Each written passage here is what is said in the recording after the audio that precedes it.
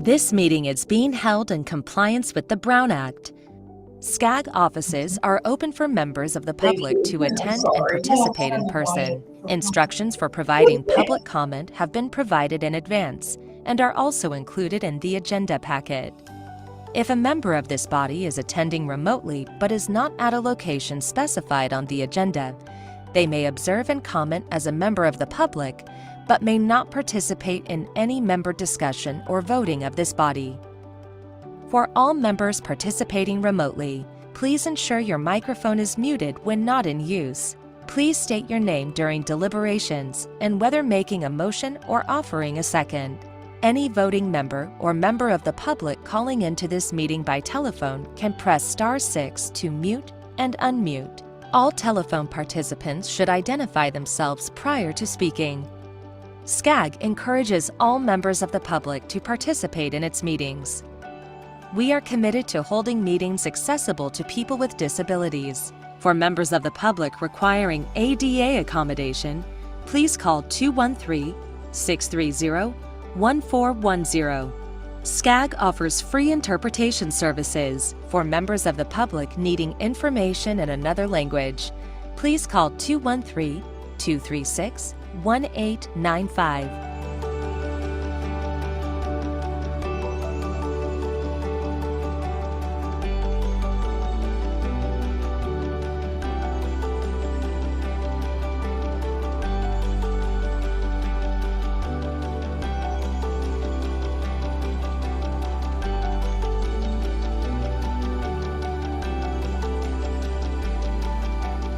The meeting will now begin.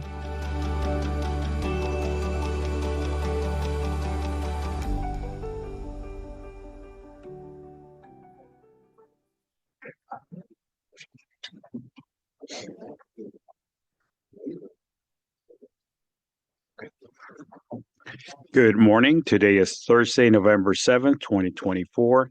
This is the Energy and Environmental Committee meeting for today. Prior to calling the meeting to order, I'd like to ask members who are calling in by phone to please identify themselves.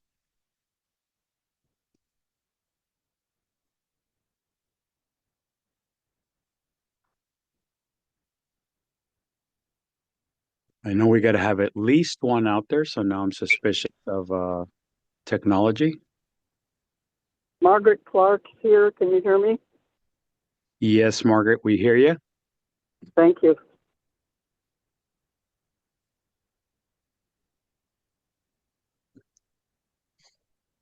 Okay. As a reminder, if a member of the body is attending remotely but is not at a location specified on the agenda, they may observe and comment as a member of the public, but not participate in any member discussion or voting of this body. The meeting of the Energy and Environmental Committee is now called to order. I'd like to ask the Honorable Daniel Ramos to lead us in the pledge, please. Honor our nation's flag. I pledge allegiance to the flag of the United States of America and to the republic for which it stands, one nation, under God, indivisible, with liberty and justice for all.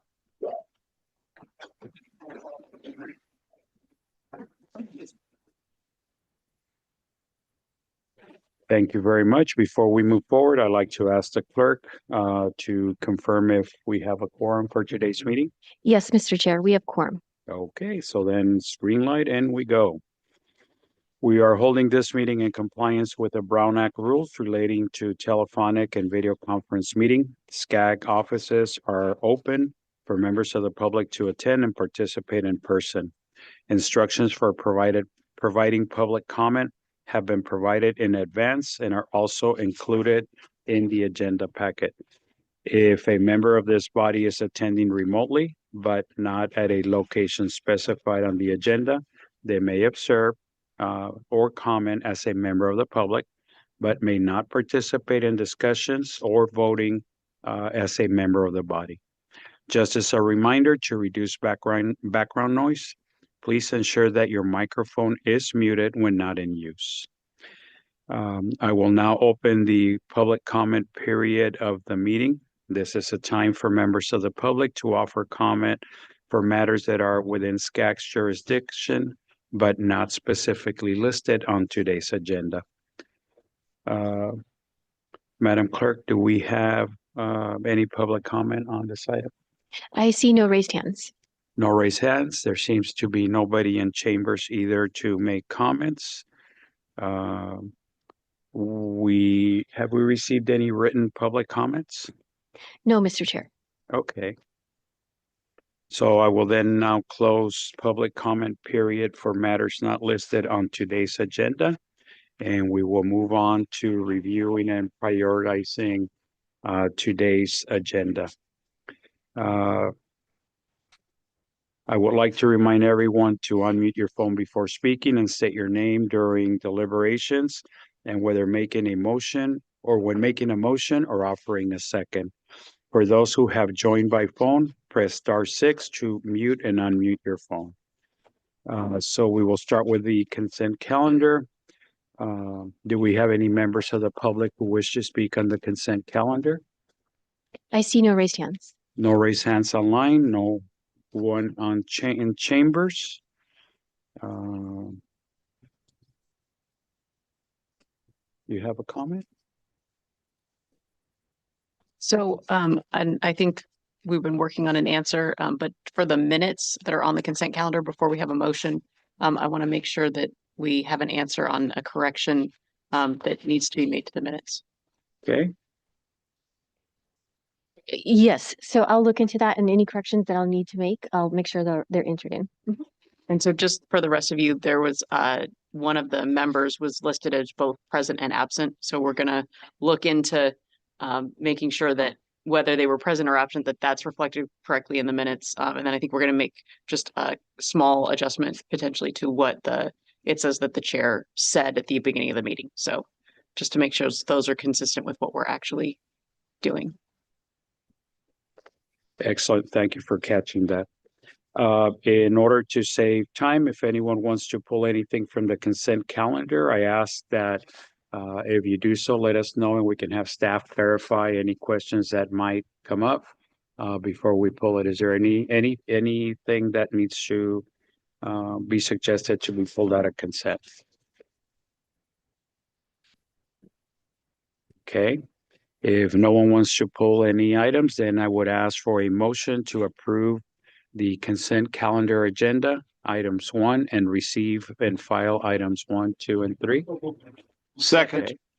We have a motion and we have a second. And just to clarify, that does include, the motion includes the Correct. appropriate corrections to the minutes. Okay. Madam Clerk, will you please take a roll call vote? Yes, thank you, Mr. Chair. I just wanted to confirm I have the motion as Alexander and the second, I heard a few, Brock. Thank you. Brock. Okay, I will begin with the consent calendar. Okay. Damon Alexander. Anna Beltran. Art Bishop. Art Bishop, yes. Bill Brock. Yes. Margaret Clark. Margaret Clark. Robert Copeland.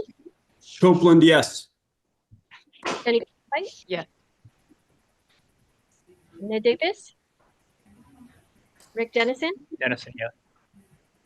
Carmen Hernandez. Yes. Jerry Horn. Sherry Horn, yes. Britt Huff. Huff, yes. Dan Kelmick. Aye. Joe Kelmick. Aye. Stephen Lee. Elaine Litzer. Yes.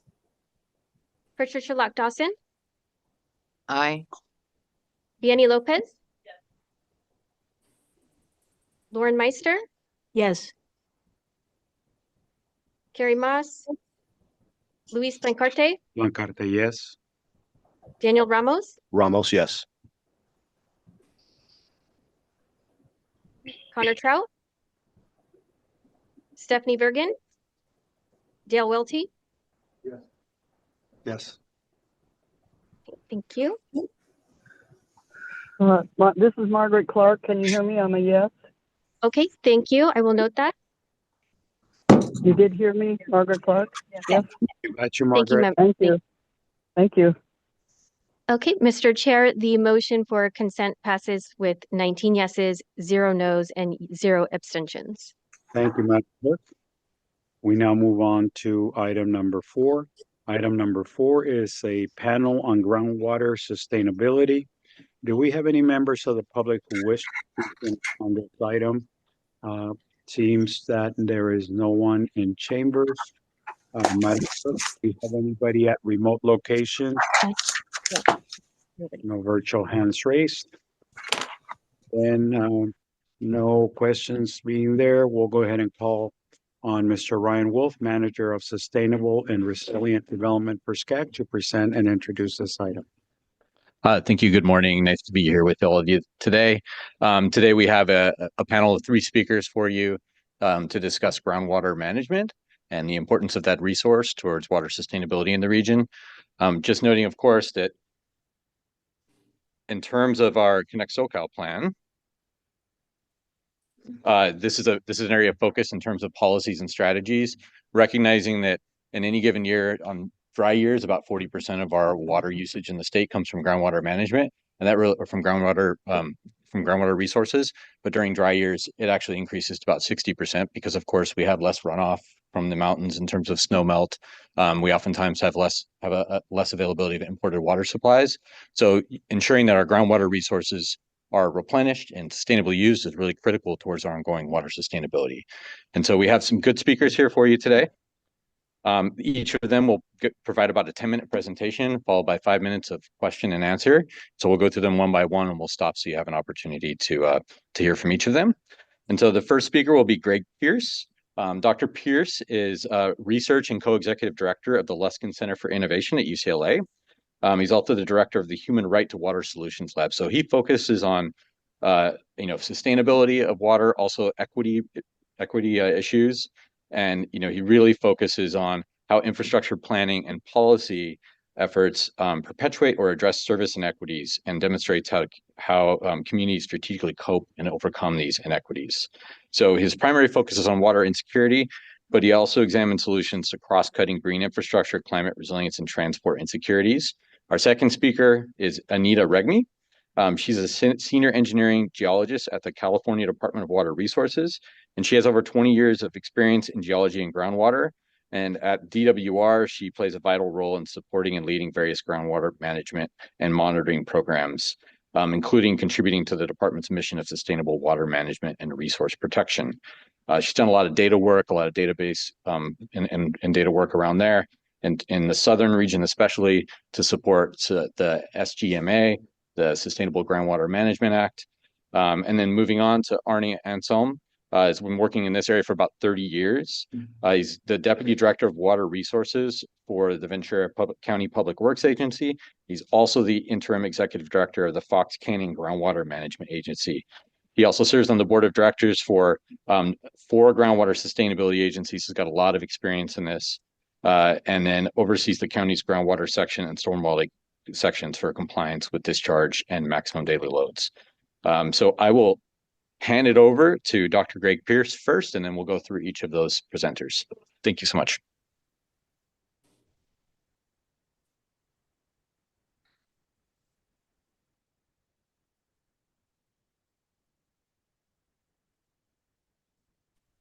Hey everyone, sorry for the delay there, just trying to get my slides up. I believe they're up, but someone let me know if they're not.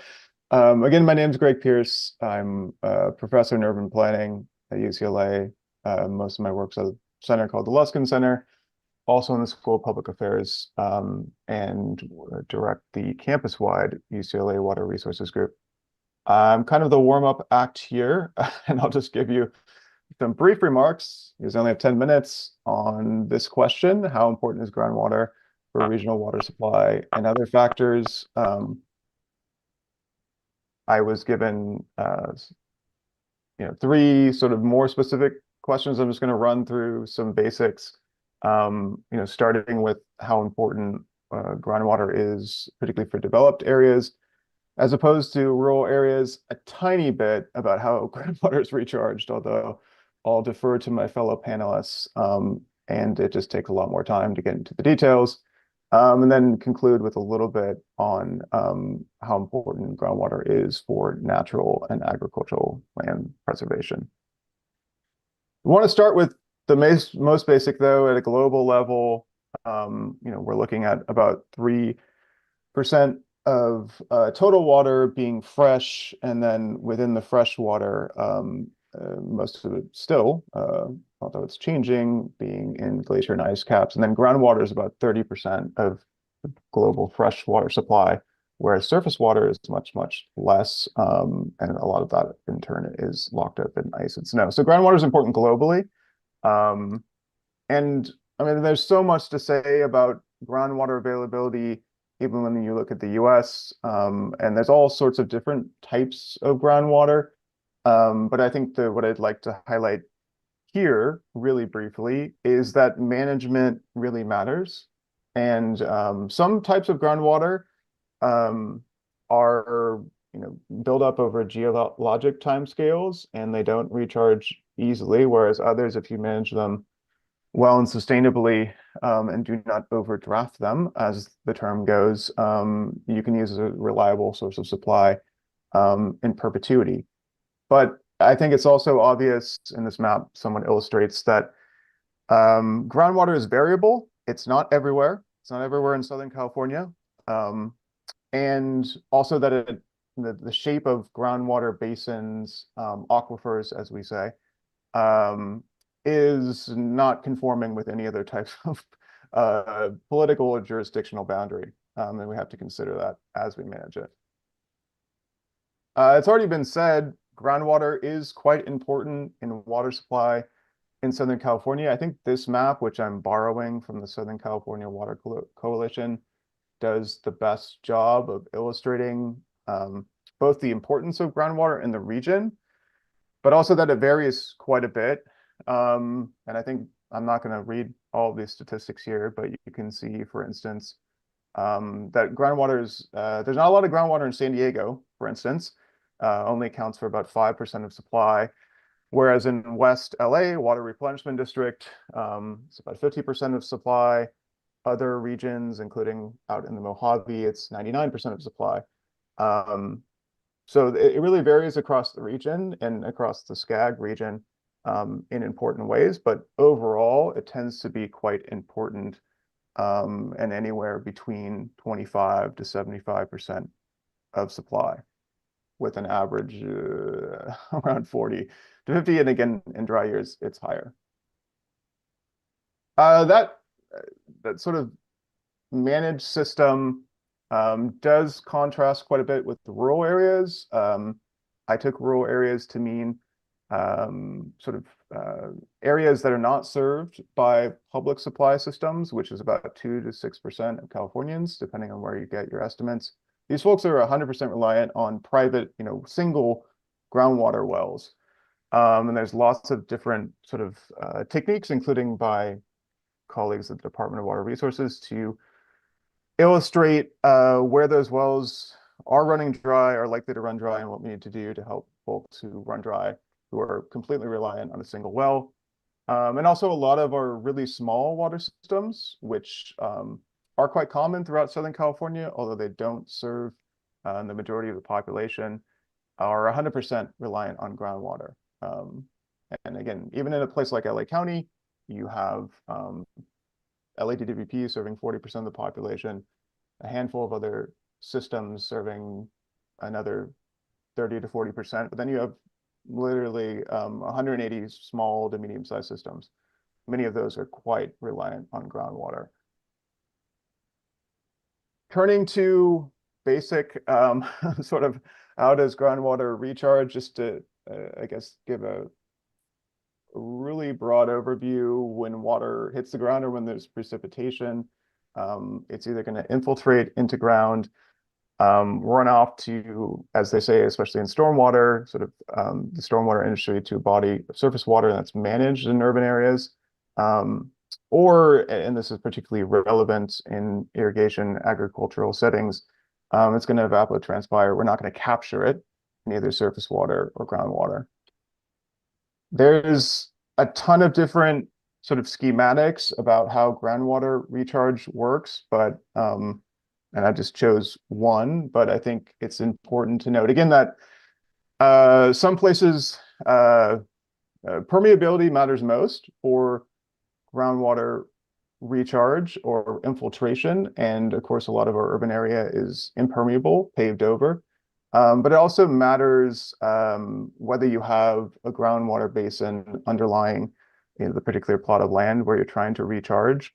And the groundwater basin and the water table is typically not right at the surface. There's an intermediary zone, but that really depends where again you are. And there's places like Artesia and Los Angeles, which are named because they have artesian wells that sort of naturally are bursting or were naturally sort of producing water because of the proximity of the groundwater table to the surface area. But groundwater hydrology and recharge is complex and again is very hyperlocally different.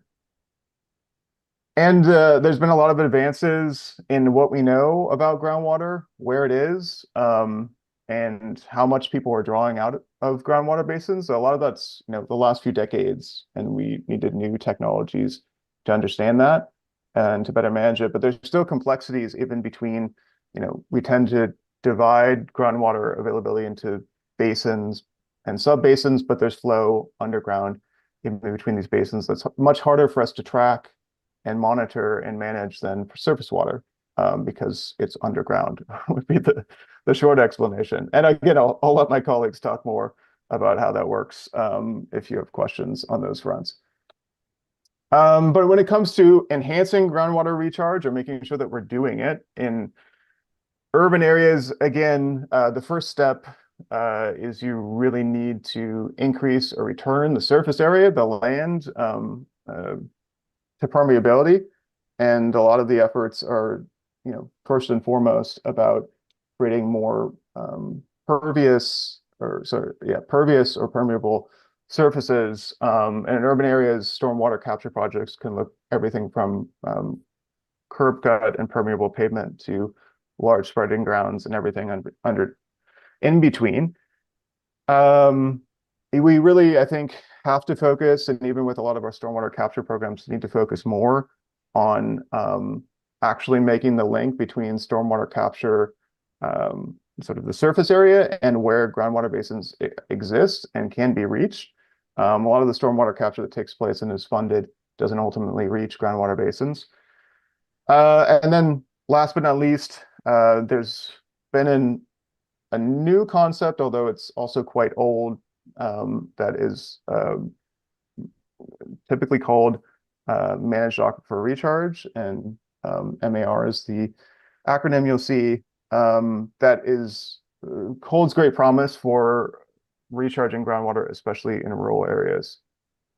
In terms of governance, really quickly, adjudicated groundwater basins are a huge management success in a lot of urbanized Southern California, particularly LA and Orange County. A lot of these settlements that were due to folks suing each other date back decades, and these groundwater basins are hyper managed, sustainably managed, and there's sort of pretty strict legal oversight on how they're managed.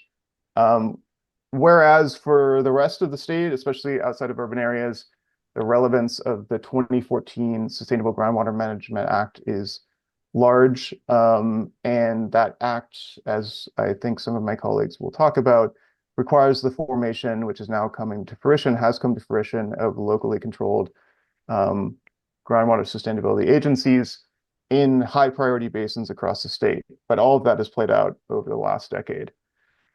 And you can see a little bit, briefly in Southern California, what it looks like, and where adjudicated basins are, as well as where there are new GSAs or groundwater sustainability agencies in the region. But in most of the most populated urban areas, it's about adjudicated basins or otherwise managed basins, not the Groundwater Sustainability Act. Last but not least, and I hope this plays into my colleagues' comments coming up, the biggest bang for your buck approach to capturing and recharging groundwater is large plots of surface area that are permeable. That's typically called just spreading grounds in an urban, suburban area. But managed aquifer recharge, in basic terms, is taking that to the next level, and it's doing so on agricultural lands and working landscapes. And it can look like anything between, a refuge, a floodplain, a flood bypass, a constructed or a natural type of wetland. But it can also be implemented at different scales. And to my mind, managed aquifer recharge is not too much different from your typical spreading grounds, but it's just a matter of sort of scale and where it's located for the most part. But to give you a sense of what people are talking about, if we were to fully build out managed aquifer recharge, more of the estimates are at the state level at this point. But for instance, it's estimated that it could restore somewhere between 9 to 22% of groundwater overdraft in the San Joaquin Valley, which is not the Skag region, but is our most impacted region for groundwater overdraft and ground or water security in the state. Estimated it could increase supply up to 3 million acre feet at the state level. At the same time, there's a lot of discussion and still some debate over whether and the extent to which there's trade-offs in maximizing managed aquifer recharge on agricultural and natural lands, and trade-offs with other water uses, particularly on the surface, that are already ongoing ecologically. And that debate is ongoing, and happy to talk about that, but it's also kind of playing out as we speak. That's all I have, and I will turn it back over to our moderator. Thank you very much. I will now entertain comments from members of the EEC. Just a reminder, if a member of this body is attending remotely, but not at a location specified on the agenda, they may observe but not participate in any discussion of the voting body. Also bring the 2 questions. Correct. Yeah, he said questions, about 5 minutes of questions after each one. So we'll go first here to in-person speakers. Any members of this committee who wish to ask any questions? Being none, we're going to go to remote locations. I do believe I saw Britt Huff's name pop up. Is that correct, That's Madam correct. Yes. Yes, thank you very much. Thank you, Dr. Pierce, for a really excellent overview. And your mention of San Joaquin Valley made me wonder if the level of interdependence with our various regions. We hear a lot about the overuse of water for crops that aren't really necessary and so forth. And I'm just wondering how that impacts the Southern California region, which, has less agriculture, so to speak. Yeah, good question. And, we could have a multi-day discussion. I mean, these discussions are ongoing. I guess I would say, what would I say briefly? Certainly, 80% of water in the state roughly is still used for agriculture. And I think there's still a great need to continue to increase agricultural water use efficiency. And there are, even though it's already going on, and there's already fallowing of some lands and some low value crops that needs to continue to accelerate. And there's also a case for sort of higher use of water and higher value of water in urban areas where it's needed versus agriculture, but it's not nearly that simple. And there's complexity there. But I wouldn't say, groundwater overuse in the San Joaquin Valley is directly affecting anything in Southern California very much. It's more about surface water in that case, and who gets surface water. But you can read the headlines on that nearly every day. So I'll stop there. Because I'm assuming that the more they deplete their aquifers, we're going to need to share our our water with them, or in terms of how much water is available statewide through various sources? Yeah, I mean, I guess indirectly, although there's certainly no discussion I'm aware of actual movement of water from Southern California to the valley. It's more about water that goes to the valley or is in the valley and how much of that should stay in the valley versus go to Southern California. Right. So Yeah, thank you. sure. Madam Clerk, do we have any additional raised hands online? And if so, can you please help me with the order of this? Yes, so we have two more, Elaine and Art Bishop. So thank you. This is Elaine. Just I appreciate your presentation. You gave the statistic, which I found very interesting, and I believe it was a national scale that where our water source is 3% our total fresh water, 3% groundwater, 68% come from glaciers, ice caps, etc. Is that ratio also specific to California? I mean, are those figures that you just cited, are those specific to California, or is that more of a national overview? No, sorry, that was global, and That was I tried to global. say Okay. that, but So what is it for California in that ratio? Or do we know? Or do you have that? In terms of I mean, there's no glacier ice cap part of that. right. Obviously the snowfall. I get you're right. I see what you're saying. Okay, that would be your fresh water. Fair enough. But I think it was said at the outset, and I roughly those numbers, I didn't say them, but 40% of California's water use on an average annual basis is groundwater. It gets higher, up to 60% in a dry year. So I think those numbers are what you would want to run with. Fair enough. And then just the follow-up then on that groundwater, how much of our groundwater aquifers need desalination treatments to be potable or to be usable? Is that many of them, a few of them, most of them? It's few of them. I couldn't tell you exactly how many.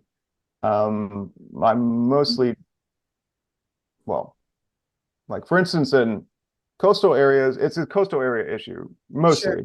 Although there's some inland.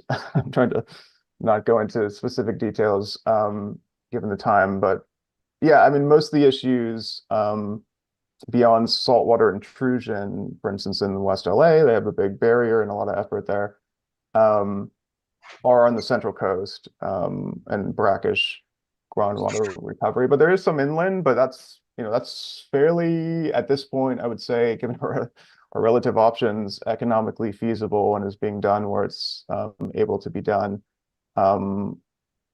So it is, yeah, but it's a small segment of the overall supply. Okay, thank you. Thank you. We have time for one more. Mr. Bishop. Morning. Thank you very much. Right. My question would be, from what I know about water in the state of California, it's not that we necessarily have a shortage, it's that we have a problem with storage. Can you talk about storage in California and how you believe that can help resolve our problems in Southern California? I'll give you a really brief answer to that. I don't believe there's a lot of opportunity for additional storage to solve California's water problems. Generally, with a few exceptions, we've already tapped into all, surface water, reservoir storage, the best opportunities we did decades ago. There's a few currently being debated. They could perhaps increase our supply. I don't know if we max them out, maybe up to 10%, but that's not an answer to the need that we have to do a lot of other things, including better manage our groundwater, recover groundwater. There's also some polluted groundwater, invest in recycled water, enhance stormwater capture, etc. That's my view. Again, you'll get other views from others here, I'm sure, and these things are constantly debated, but I don't think storage is a big answer for quote unquote new supply. Okay, thank you. Thank you, Mr. Pierce. With that, thank you very much for the presentation. Ryan, will you introduce our next presenter, please? Sure, we'll pass it over to Anita from the Department of Water and Resources. Anita, good morning.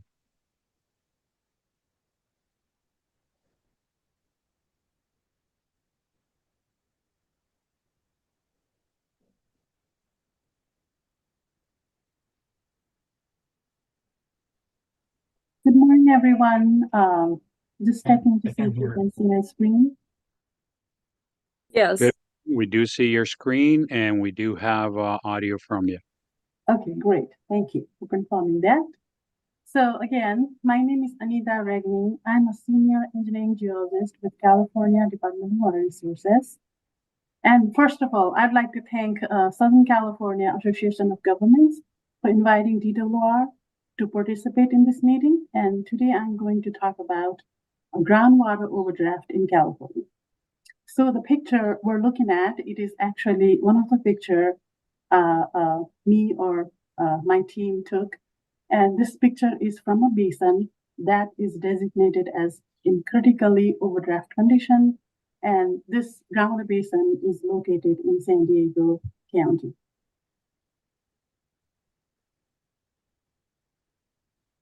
Now, the first question, the general question, what is groundwater overdraft and what is critical condition of overdraft? So DWR publication called Bulletin 118, 2020 update, actually defines what it is. If the pumping exceed recharge over the period of years during which the water supply condition approximate average condition, then that is overdraft.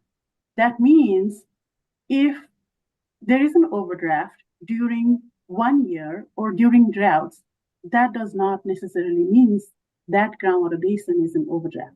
However, if the water level in that particular groundwater basin does not fully recover during wet period, then that is overdraft. And now let's look at other related definition. There was an assembly bill passed in 1978 that required DWR to identify the basin that are in critical condition of overdraft. So DWR updated the same publication in 1980 and defined critical condition of overdraft. If the overdraft is severe enough to cause environmental, social, and economic impact, then that overdraft is called critical condition of overdraft. And now the landmark legislation passed in 2015, Sustainable Groundwater Management Act, or SGMA. And the water code pertaining to SGMA 10735A here, it actually defines condition of long-term overdraft. So if any overdraft continues for 10 years or more, then that overdraft is defined by SGMA as condition of long-term overdraft. Now, let's take a look at a map or two maps to see where the overdraft is happening. So the first map was prepared by DWR as required by the Senate Bill 1505 in 1980, and it shows 11 basins with critical condition of overdraft. And we can see most of the basins are located in Central California. However, the service area of my office, Southern Region Office, includes two basins. One is Cuyama Valley right here, and another is called Ventura County Basin in this publication. But that basin is actually a combination of various basins and sub-basins. And with the passage of SGMA in 2015, DWR were required to do another evaluation of critically overdrafted basin. So the number increased from 11 to 21 in 2016.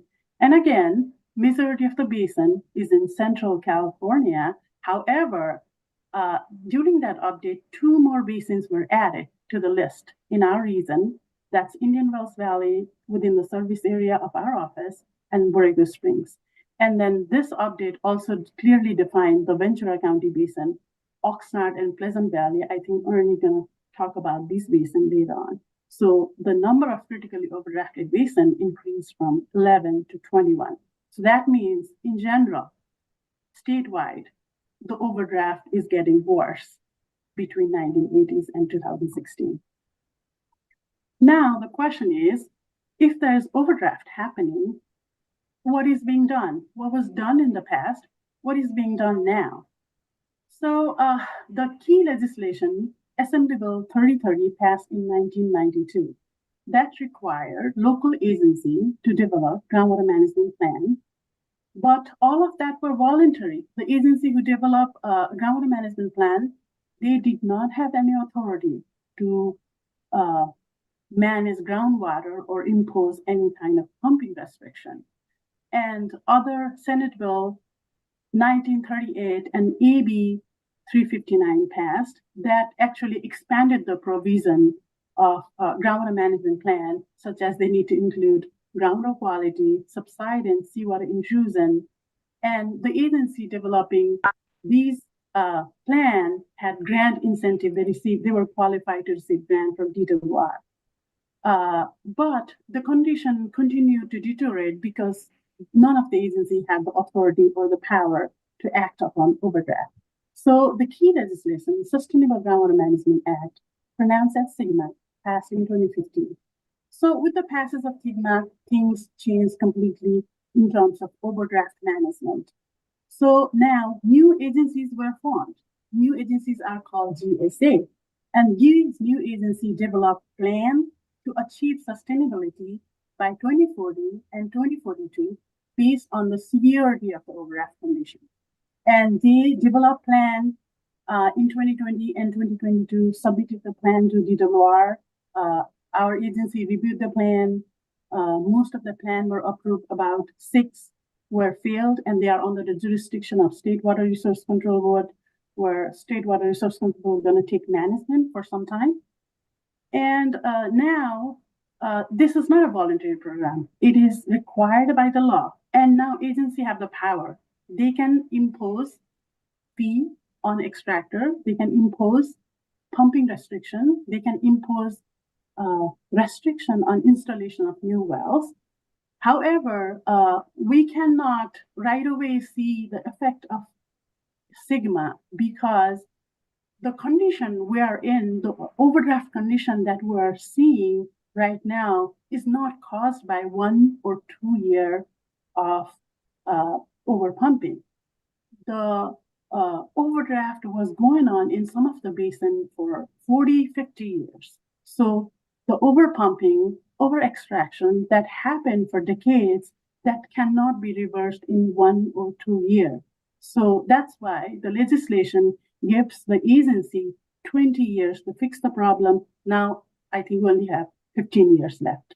So what the agency are doing is now they are developing new projects such as recharge project, and then they are also, some of them are also imposing restriction on pumping. So various things are happening to manage overdraft or to manage the basins in California. Now, what are the impacts of groundwater overdraft? What has happened or what will happen due to overdraft? One thing is obvious, groundwater level gonna go down. So what happens when groundwater level gonna go down? There will be reduced well yield.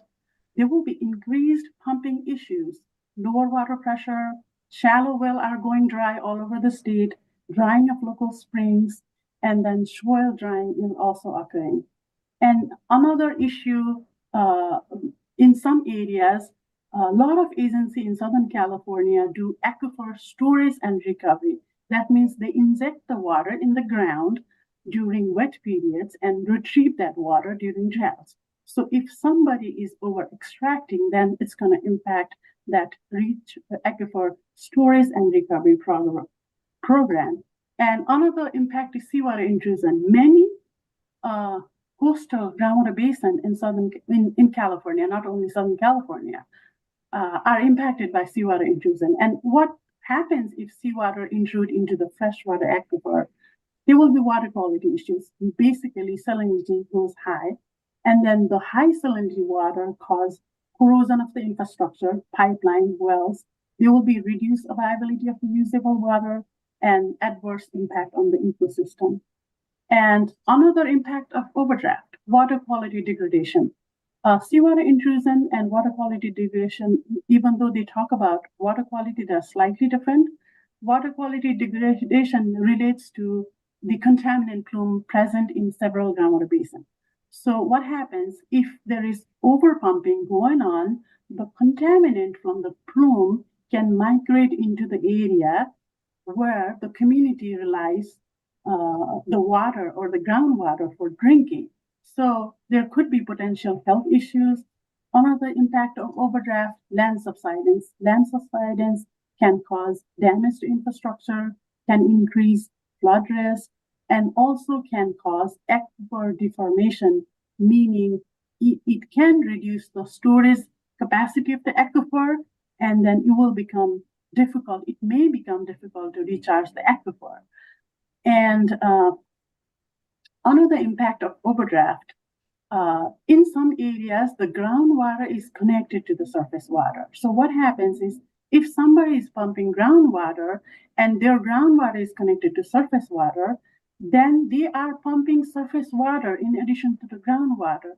So what happens if there's an overdraft in that area where there are interconnected surface water, then it will reduce surface water flow. And then the downstream beneficial uses of the surface water will be impacted, and there will be adverse impact on habitat ecosystem that depends on surface water. Now, taking a quick look at the groundwater level trend, what is happening statewide? The first map here shows 20-year groundwater level trend, meaning if groundwater level decreasing, increasing, or stable. The red and the orange dot that we're seeing all over the state means in the last 20 years, groundwater levels have declined all over the state of California. And the green dot means groundwater level increase, and that only happened in very few areas. However, if we look at the one-year data, such as 2023, we all know was a historical wet year. If we only look at one-year data, it shows the groundwater level increased all over the state. Therefore, we have to look at the long-term data in order to understand what's happening with the groundwater basin. And this is my last slide. Here we're looking at subsidence. The red, yellow in this map shows highest subsidence in the state of California. So we can see the subsidence is happening in Central California, where there is a lot of groundwater extraction or groundwater level going down. So from that, we can say that subsidence is occurring. However, one thing to note is that land subsidence is not only caused by groundwater pumping. Land subsidence in many areas is also caused by tectonic reasons. So this is my last slide. And if you have any questions now, I'm happy to answer them. If you have any questions, if you wanted to know in details about any groundwater basin, any area, feel free to give me a call or email me. And one thing I wanted to mention is we keep an inventory of dry well. So we have dry well reporting system. So if you're aware of any areas where the well are going dry, please let us know. That will help us prepare the community when there is a water supply issues.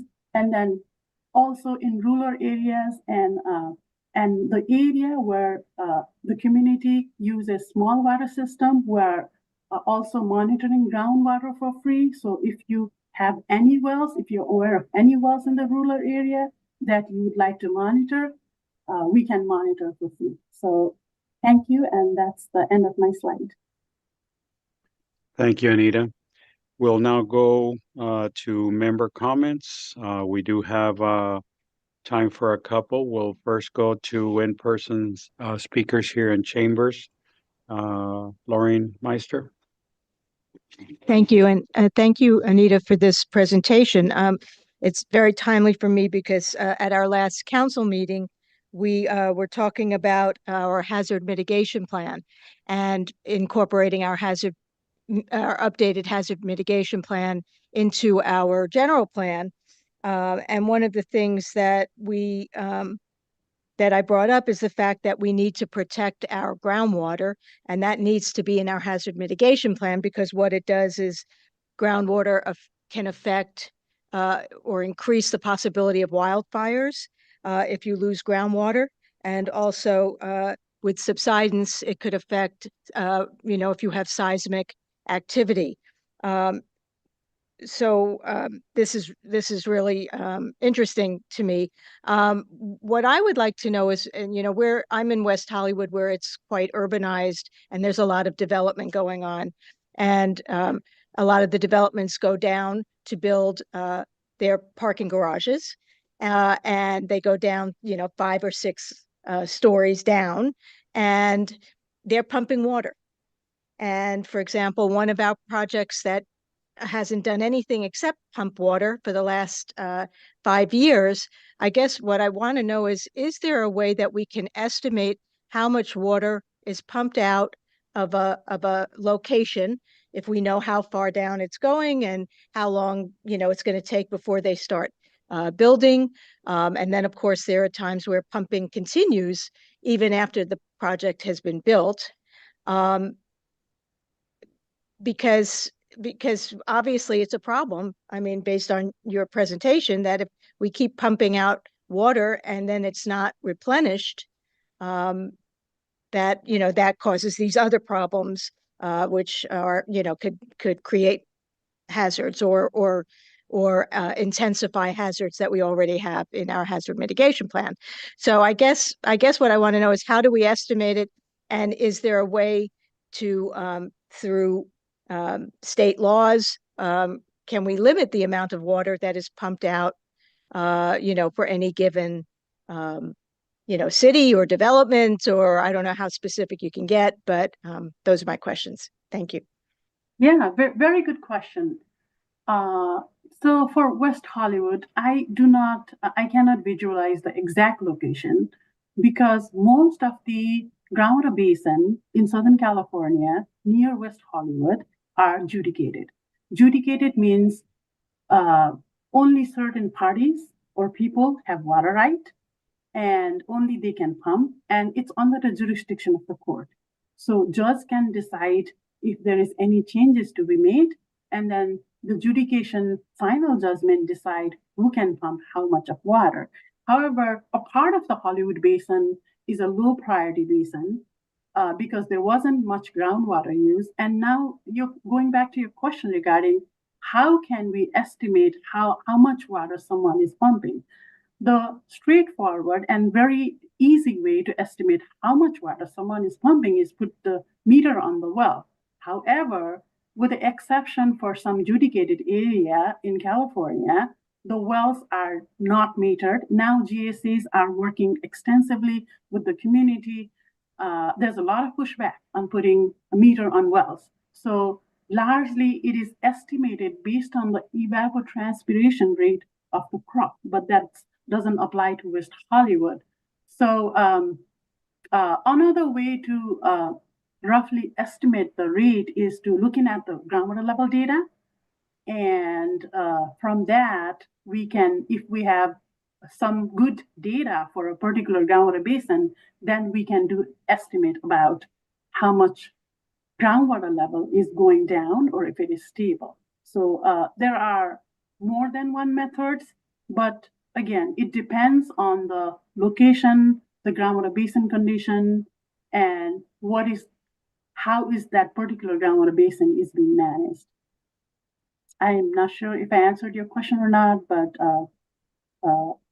there are a few options. Well, I know that with respect to regulation, if the area that you're referring to, if it is in the adjudicated area, it is within the jurisdiction of the court. If it is low priority basin, nobody has that jurisdiction.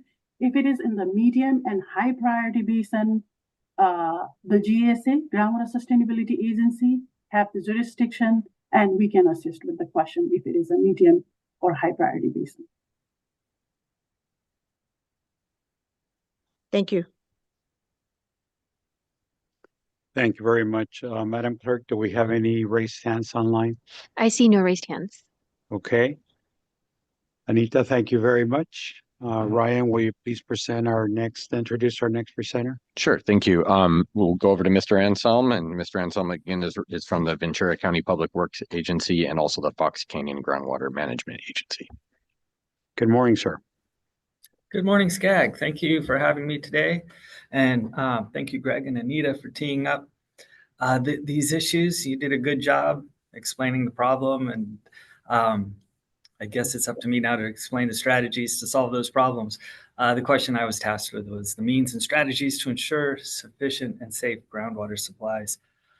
I want to start with groundwater shouldn't be thought of all by itself. You know, water resources are a portfolio of water supplies.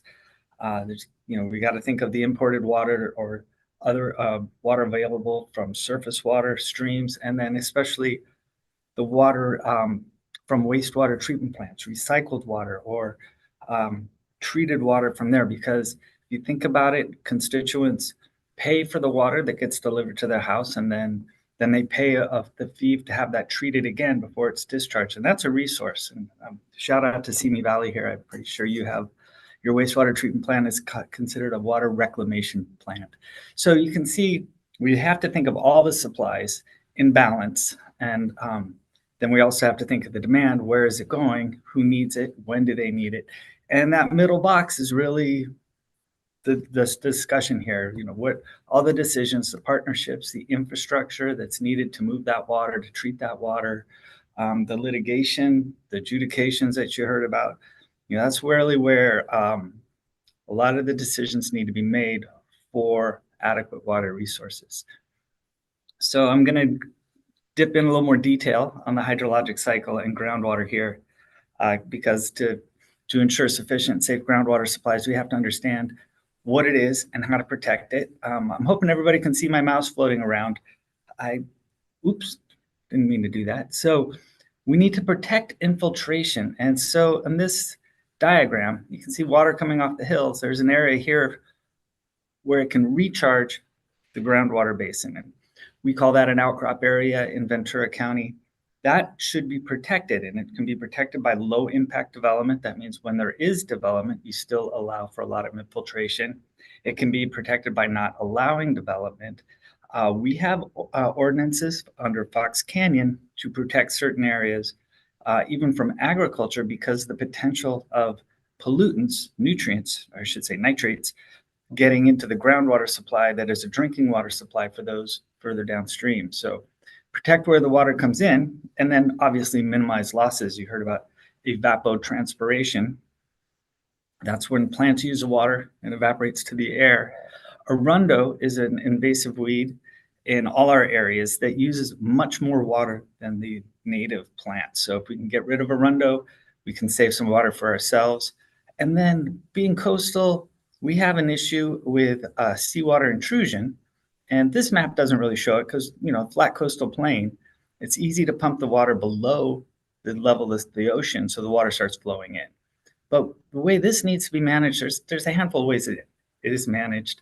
The simplest way is to not use more water so it doesn't flow in, but you don't want to lose water to the ocean either. So it has to be a managed ebb and flow. So during droughts, when you need more groundwater, the ocean comes in a little bit, but then it gets pushed back out on wet years, because it's very easy to, in a natural system without a lot of demands on groundwater, for there to be an outflow of fresh water. And then the last one here is conjunctive use, and that's really the coordinated use of surface water and groundwater, maximize all the total water available in the region. Kind of what I was talking about, the diverse portfolio. Okay, so that was a simple slide of a groundwater basin. It's much more complicated than that. So let me start on the right-hand side. This is the Fox Canyon Groundwater Management Agency. We have three basins, a little part of Arroyo Santa Rosa Basin there as well. And so this cross-section lines, they are what you're seeing on this kind of slice of cake on the left-hand side.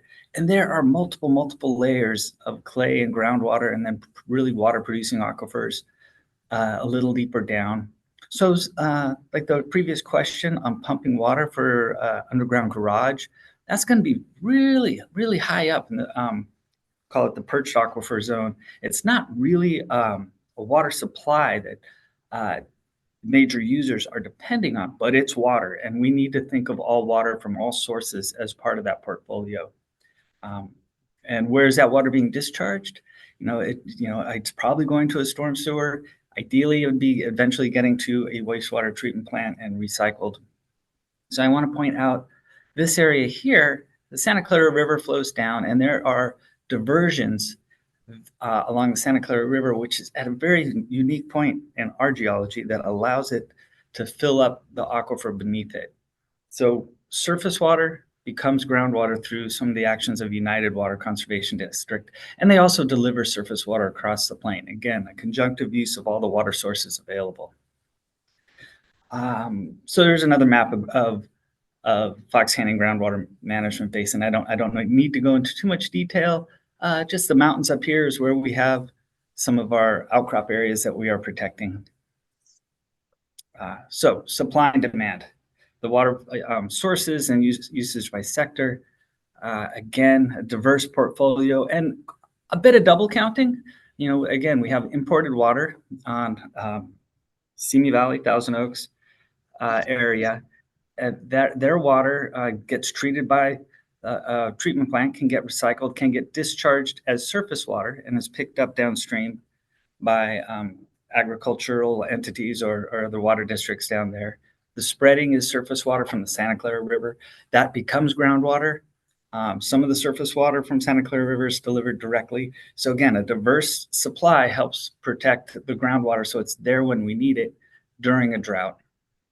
And then our usage by sector, again, a little double counting. The spreading becomes groundwater, which is then again used by agriculture. But agriculture is very big in Ventura County, and they are one of the big users of water. But I want to point out, to protect groundwater doesn't mean import as much water as possible. It does increase your water supply in your portfolio, but the imported water, at least in our area, generally is treated drinkable water from Metropolitan Water District. And that's paid for by the cities, by the residents. And they shouldn't be asked to subsidize cheap water for agriculture. So there's a balance there that everything needs to be considered. So we talked a little bit about seawater intrusion. I'm just sharing this map because the Fox Canyon Groundwater Management Agency was developed in 1980 to prevent seawater intrusion, to stop it, improve it. These maps are from 2021. We still have a problem. It's gotten better, but it's still there. And really also to point out that it's not just pumping along the coast. A lot of the problem can be created inland by a lot of, and I don't want to say aggressive, but just there's some really great farmland out there, and it's been farmed, and it's flat from the ocean to there. So it's really easy, again, to depress the water level lower than the ocean so it flows in.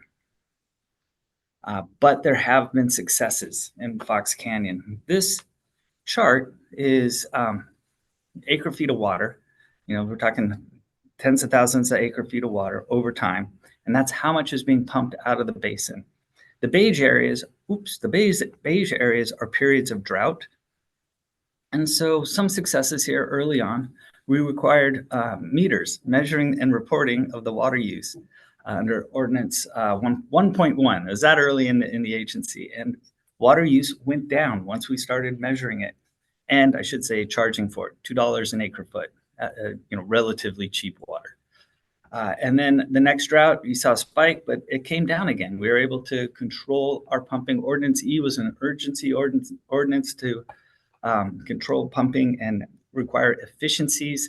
So just pointing out that there can be successes. We can improve the situation, but it is complicated. So we talked a little bit about groundwater sustainability agencies.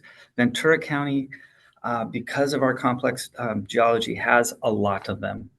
And a lot of adjudications, I should say, too. We have, I think, 5 adjudications going on right now, 6 total. And again, Fox Canyon Groundwater Management Agency, this area of Ventura County, all the flat parts really, has 3 basins. Let me stop. Oops, I think I wanted to point out one thing more on this slide. This is the Santa Clara River, and these basins are filled by the Santa Clara River in a good year. United Water Conservation District does a good job of managing that, and they're the ones who divert water to help fill this area. And then the Cayugas Creek, there's Simi Valley, Thousand Oaks. The Cayugas Creek runs through this side, and that's where imported water comes in. So just pointing out again, the diverse portfolio that's needed to really ensure sufficient groundwater supply. So we touched on Sigma. Sigma was a game changer, even with a managed basin that Fox Canyon did.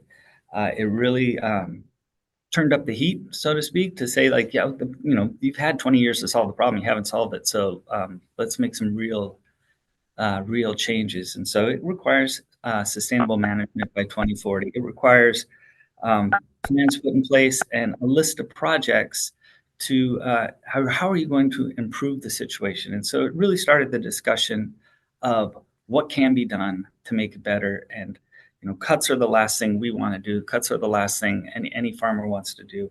And there gets to be an economics point, and we haven't done the analysis of what's the value of water, how much can it cost and still have viable agriculture in Ventura County. So start with the challenges that groundwater use still exceeds sustainable yield. We have to make changes. There is no low-hanging fruit left. We've done all the easy stuff. We've done quite a lot already, but there are still problems. Uncertainties in planning create problems. Precipitation is looks to be the same, but fewer but more intense storms really changes the flow in Santa Clara River, which is one of our main sources of water. And then droughts in Northern California affect state water project water available to the communities that import water, which affect flows in the wastewater treatment plant, which affects surface flows downstream. And then the challenges of planning and funding big projects on a timeline that supports our needs that is without a doubt a huge challenge. And then balancing all those projects so that no water is being double counted. No two entities are counting on the same source of water for their project, or so it's the best projects are selected for the area. Kind of that center box that I showed you before between supply and demand. So this chart is both challenges and opportunities. This is the rain by year over the last, say, 60 years. And you can see some years are great. We get twice as much water as average. This dashed line is average. But a lot of years, we don't even get half the average amount. So it's that, how do you capture water? One of the early questions there is capturing water the solution? And we're talking massive amounts of water here, and it's impossible to get it underground fast enough. And there's not a lot of surface areas to capture it, as you heard in the answer there. But it's also, the smaller storms throughout the year is where there's water available that runs off. We see it every year. How do we make that a resource? And I'm going to wear another hat here because I'm also managing our stormwater compliance for the region board's NPDES permits. That's a problem that all the cities are facing, trying to comply with MS4 permits. How do we make a resource out of that stormwater that we have to spend money to clean up? And it might go into that perched aquifer zone where it is not really a dependable source of water from any entities, but eventually wet water is going to have a lot of value. So we need to think of every opportunity we can. So for opportunities, certainly infrastructure projects, interconnections, moving water around from where it is to where it's needed is really one of the key solutions. Partnerships, moving any way to move water is going to help the situation. Supply projects, new supply takes the pressure off groundwater, the recycled water, moving stormwater into wastewater treatment plants if possible, if they have the capacity. Certainly imported water helps. But again, those who are paying for imported water shouldn't be subsidizing all those who depend on groundwater. Desalination always is a big question. Why aren't we doing more of that? It's very expensive. It's very environmentally impactful. So can desalination, we have some creative people here in Ventura County who are thinking of putting desalination wells. Actually, they call it a brackish barrier extraction. They're pulling out the seawater intrusions. So they're pulling out the salt water that came inland. It's not quite as salty as the ocean. You won't have the environmental impacts pulling it out of wells inland, and then create a barrier so salt water coming in gets pulled out before it causes problems. That very expensive, but it could be a huge solution. Back to the economics, how much can the cost of water go up? And then for management actions, these are steps we can take that aren't infrastructure, essentially. More partnerships, more stakeholder engagement, more increased efficiencies when possible. A water market, we did a pilot, groundwater market in Fox Canyon, which if the value of water that isn't pumped, we were able to be capitalized and sold to another pumper, then there's more incentive for efficiencies in use, or if somebody's fallowing, they have an incentive to fallow land because they can sell that water, and by creating basically a profit motive for saving water, we can save more water. And then obviously in red, reductions, that's our least preferred option. But without any of these others, that's where we're headed. So shout out to DWR and the little green box there. They gave us $15.2 million in Fox Canyon for quite a bit of infrastructure projects. So thank you there, and happy to answer any questions at this time. Thank you very much. We do have probably time for a question or two. First, we'll go here in the room. There seems to be, oh, we do? Oh, I didn't. They're okay. Go ahead, sir. If I may, thank you. Thank you for the presentation. I'm from an area in the Mojave Desert. We join the Jock Tree National Park in that part of California. So one of the charts that you showed was your water resources, or water sources usage, Oxnard and PV basins. And so the chart shows the water sources, and then it shows usage by sector, which makes sense. So we're very conservative in the desert on water. So what got me thinking is I didn't know what is a sustainable amount of consumption and what you actually have available, because the two numbers, it doesn't show me what the consumption rate is and how critical it is to sustainability. I just see water sources and usage by sector, but not what relative to what's available is being used. Does that make sense? Yeah, I think so. Every community is different. The amount of agriculture compared to a developed area or residence population. I think, and then the type of agriculture really makes a difference. What I'm really looking at is what yours is. How are you looking at it? What would you think of your usage by sector of the water sources? How much of that is actually being used? If that's the number that you're using, your usage by sector and your water sources, what do you have? What indicates where it's going up and down? Where in those acre feet is critical for loss? What are you trying to maintain? Because I'm worried about the loss of our water availability or the decline in it. And I don't know what that is with those numbers. Right. They're percentages without a volume there. I think I understand your question. And part of the challenge is there are, I can't even begin to think how many different agencies are involved there as water purveyors, as different groundwater, just private groundwater wells pumping agriculture, the wastewater treatment plants delivering treated water. So that maximum volume, I have that, but nobody controls all that because there are just dozens and dozens of agencies doing what's best for them and their ratepayers along the way.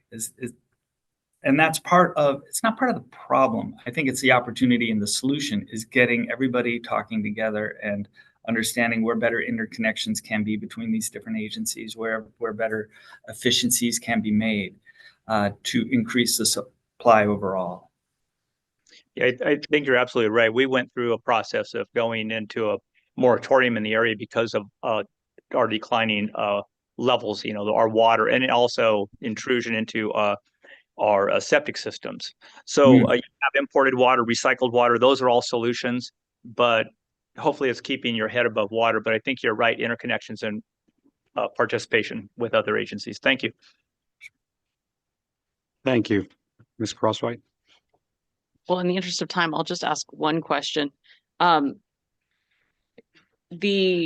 balance between, for example, stormwater capture or diversion and the environmental interests. Do you have any thoughts on that? Like, for one example, and I know there's multiple systems across the county, right? And each one has its own things. But for example, the Freeman diversion, there's limits on how much water can be diverted, right? So how do you see that going forward?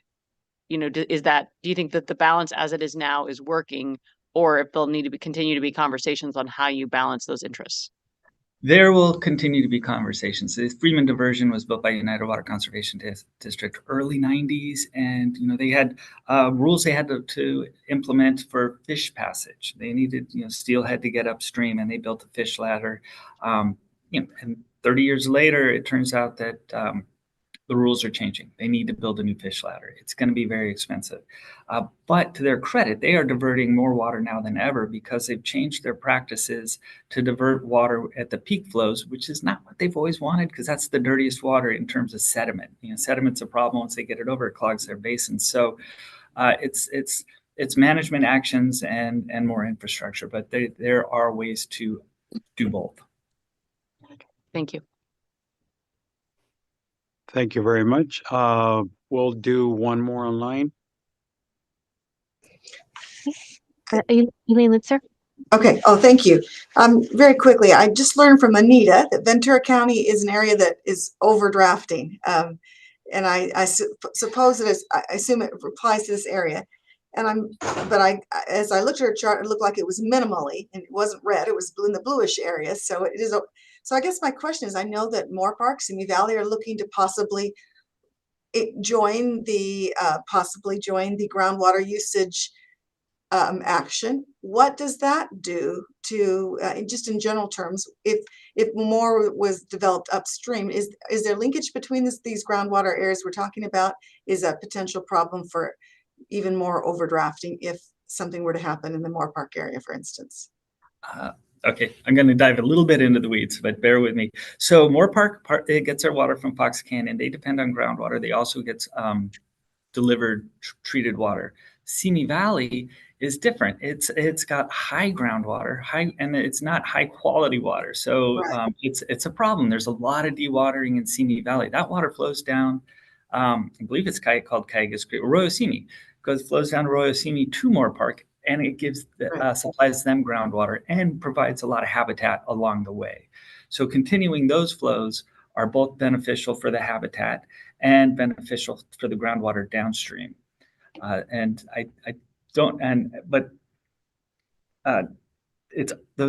always going to be there from the problematic high groundwater in Simi Valley.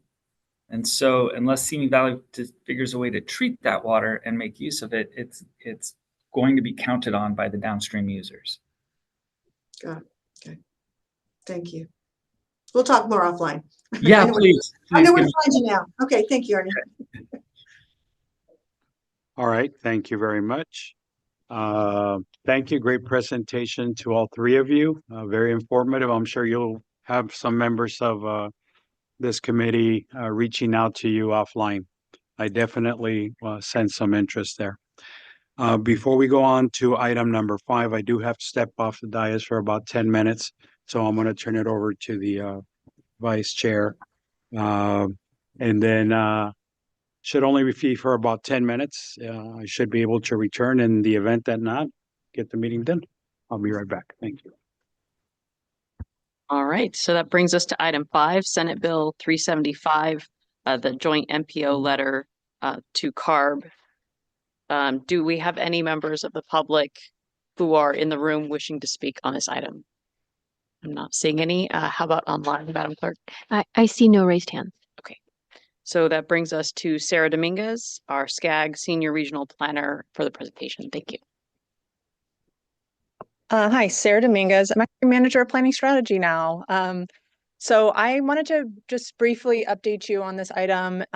No slides today, but this is related to a briefing that I provided in September about SB 375 and the Sustainable Community Strategy to provide you context in advance of CARB's target setting process. So this is a process that CARB kicked off in July to update the regional greenhouse gas emission reduction targets by 2026. So in response to CARB's request for MPOs to provide some technical information, we joined with the other big MPOs. We collectively refer to them as the big four MPOs. That's MTC in the Bay Area, SACOG in Sacramento, and SANDAG in San Diego County. And collectively, we represent about 80% of the population in California. So we wrote a letter to CARB, and this and the response from CARB is both attached to the staff report in your packets, essentially requesting that CARB pause the process. And we want to make it clear that we expressed to CARB, and we've continued to do so, that we have seen a lot of progress from SB 375 in terms of integrating land use and transportation planning in the state of California. However, it's been about 15 years, and there's been a lot of changes in technology and policy changes from different agencies within the state. And so we think it's necessary to have a holistic review of SB 375 and regional planning.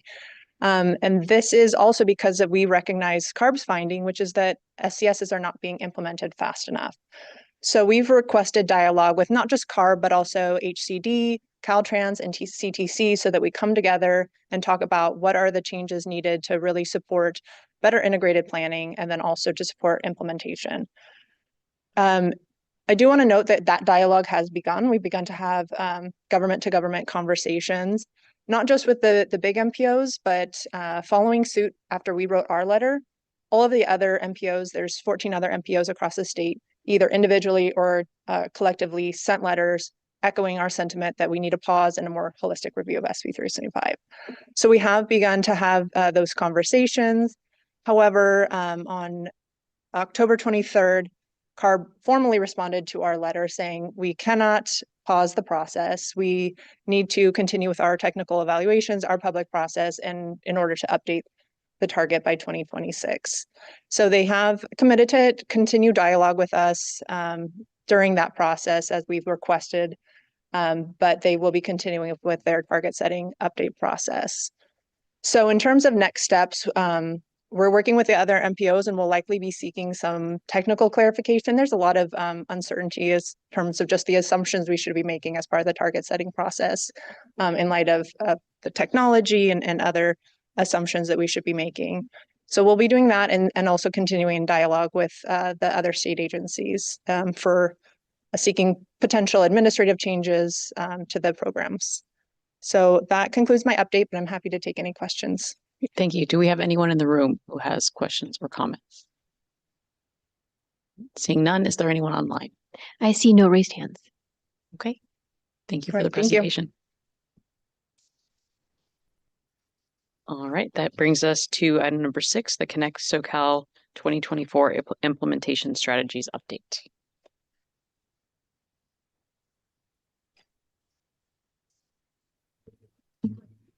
Good morning, committee members. Camille Griba, Senior Regional Planner. Today, I'm here to provide an update on the progress we are making on the implementation strategies included in our adopted Regional Transportation Plan and Sustainable Community Strategy, Connect SoCal 2024.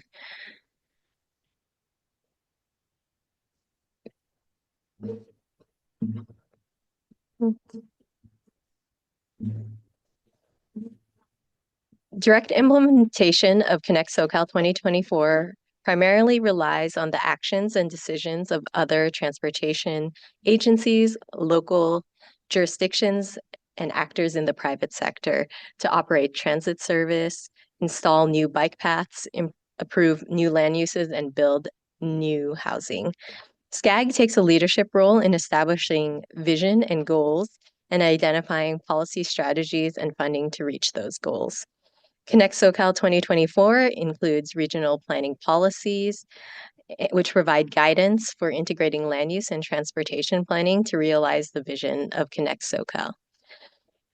The implementation strategies articulate priorities for SCAG efforts in fulfilling or going beyond these regional planning policies, and identify ways SCAG will lead, partner, or support other responsible parties.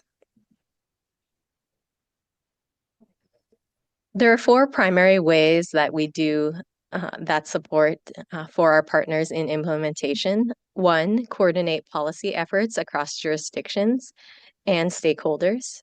2, ensure state and federally funded transportation projects and programs support Connect SoCal and assist the region in advancing key performance measures.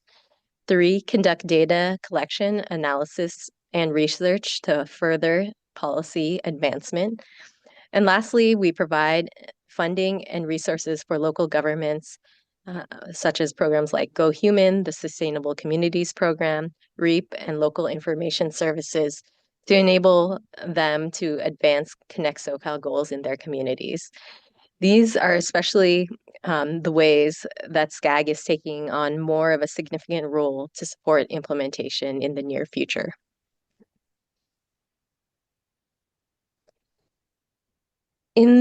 This is the first implementation progress update we are providing since the adoption of Connect SoCal in April.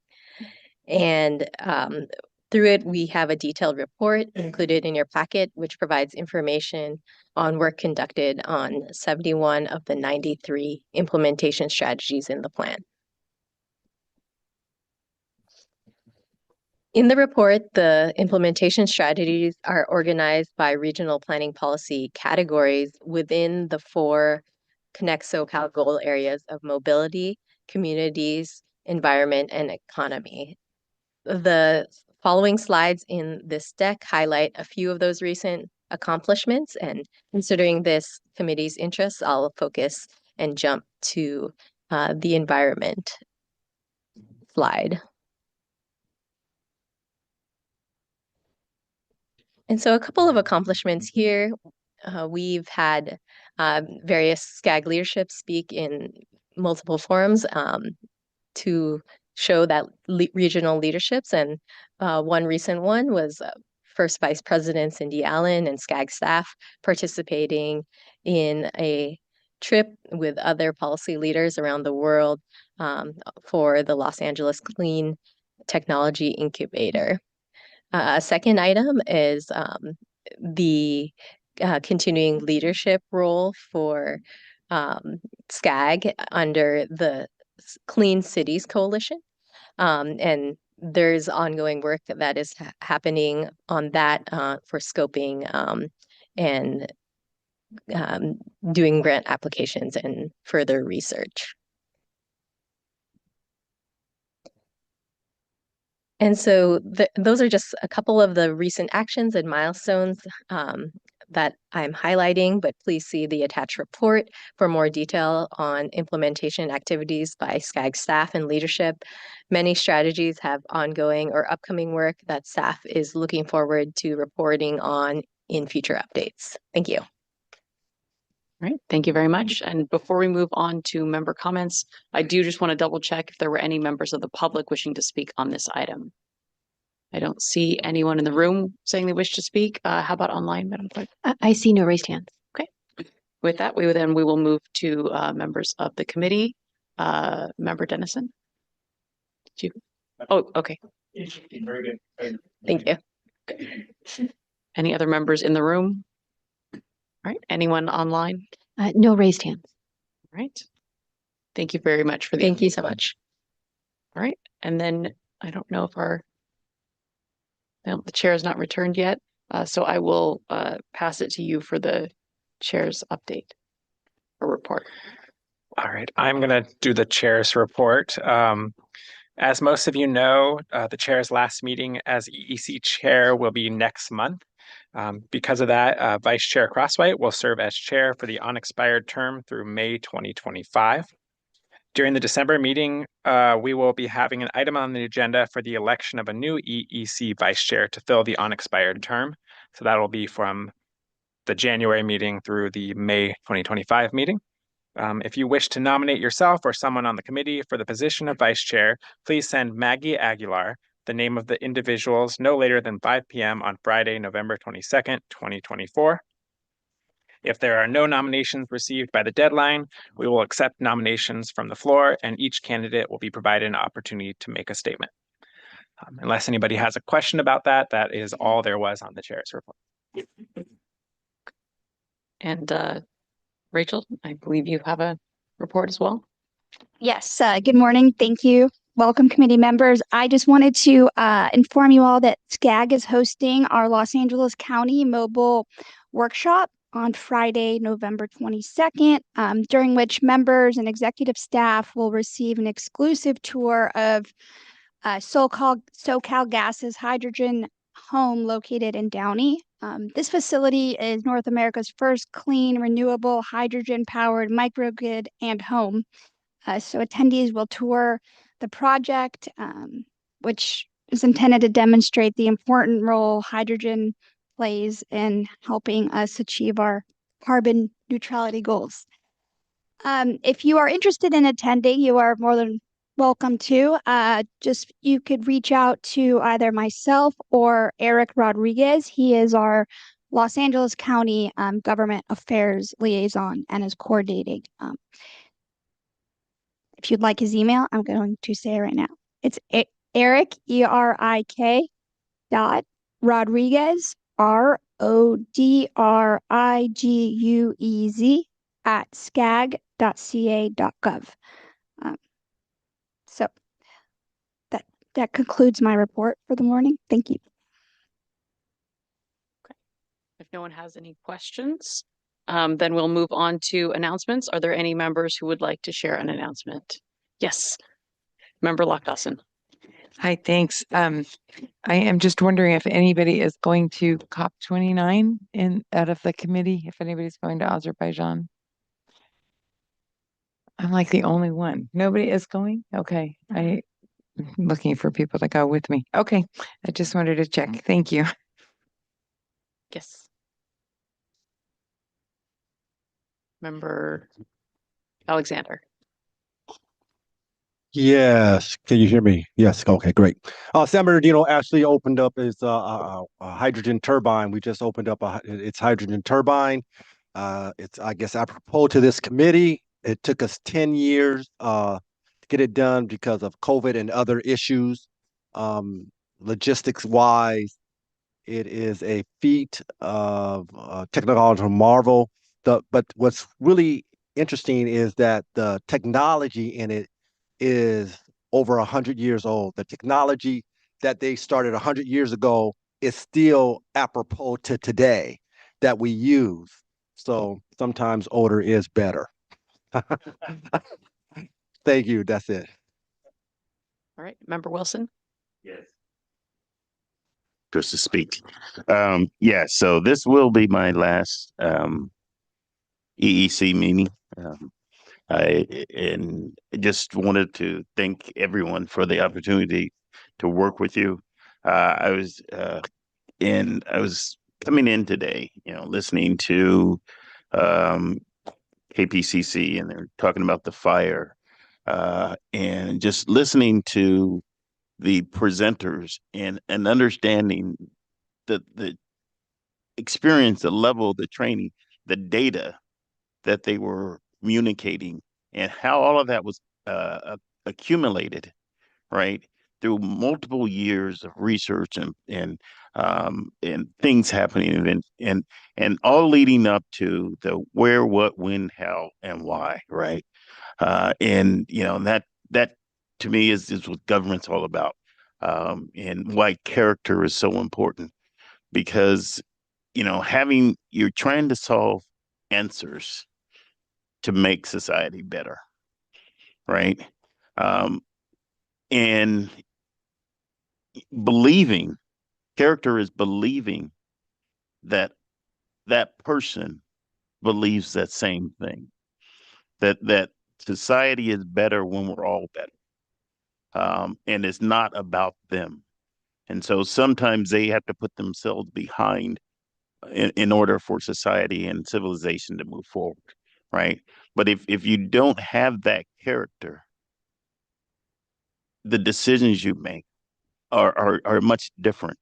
If you don't care that society is better, then you're willing to do anything to make what you feel yourself is better, right? I am, listening to all the presentations today. This is one of the things that excites me so much about this organization is everyone seems to have that character, right? We might think differently. We might come to different conclusions because of those five again: where, what, when, how, and why, right? And we're all trying to process that information, that data, to get solutions. And um, and then I rolled up an elevator that has no buttons on it, right? And understanding that we are in this percentile of the people in the world that have done that.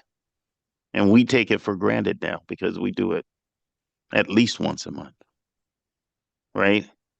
And so the all of this stuff, all we're doing is about change, and change is happening.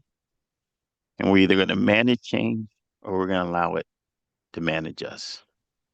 I've had a wonderful 28 years. My announcement was I asked the city to make sure everyone got an invitation or having a reception for me tomorrow night at our library, which is powered by solar. And I'm just ecstatic that it can still, we're still looking to solve things and make it better. We come into a built environment, and the best we can do is to try to make it better. Thank you so much. You guys have a wonderful, wonderful opportunity. We're at a point in society where we're either going to continue to believe in data and that it should be done based on facts, or we're going to take whatever a person says and whoever says it the loudest and the most often, and then believe that. And that's where we're at. Thank you so much. Thank you. Thank you, Member Wilson, for your service. All right. If there are no other comments, I don't believe we don't have any member comments online, do we? No, we do not. Okay. At that, then I will thank you all for your participation and look forward to seeing you at our meeting on December 5th. The meeting is now adjourned.